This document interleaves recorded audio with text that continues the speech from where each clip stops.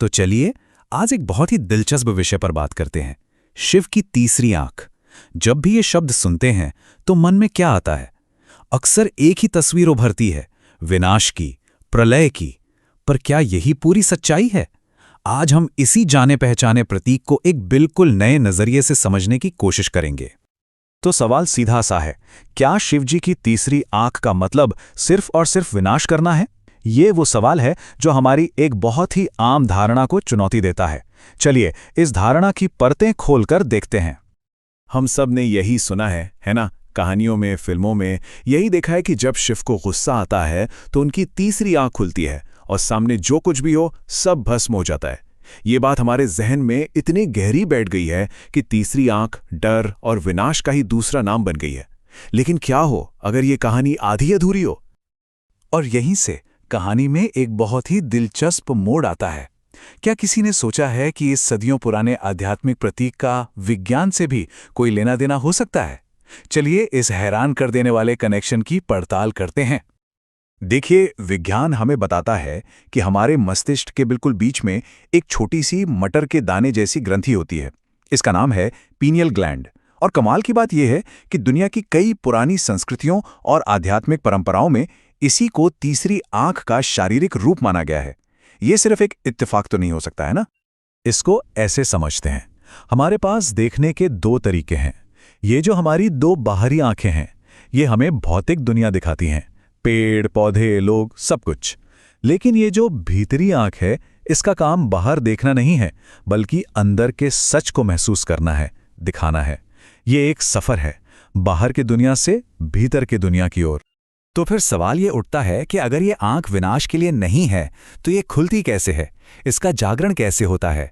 और इसका जवाब गुस्से में नहीं, बल्कि चेतना की एक बहुत गहरी अवस्था में छिपा है। ये प्रक्रिया कुछ इस तरह से होती है, जब कोई गहरे ध्यान में उतरता है तो बाहर की दुनिया का सारा शोर धीरे धीरे शांत हो जाता है।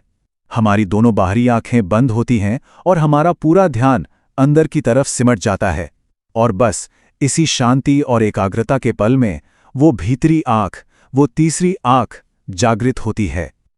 तो सबसे जरूरी बात जो समझने वाली है वो ये है कि शिव की तीसरी आंख गुस्से का प्रतीक नहीं है। असल में ये ज्ञान की आंख है। ये वो आंख है जो सारे भ्रम को चीरकर परम सत्य को दिखाती है। इसका खुलना विनाश नहीं, बल्कि अज्ञान का विनाश है और एक ऊंची समझ का जन्म है। और ऐसा नहीं है कि ये कोई नई बात है या कोई आज की व्याख्या है। सदियों से हमारे संतों ने, दार्शनिकों ने इसी अंदरूनी शक्ति की बात की है। चलिए देखते हैं कि महान संत कबीरदास ने इस बारे में क्या कहा था। कबीरदास जी ने कितनी खूबसूरती से इस बात को अपने इस दोहे में पिरोया है। जब वो कहते हैं, घट घट में पंछी बोलता, तो उनका मतलब है कि हर इंसान के अंदर वो दिव्य चेतना, वो आत्मा मौजूद है। वो पंछी हमारे अंदर की ही सच्चाई है, जिसे हम बाहर की दुनिया के शोर में सुन ही नहीं पाते।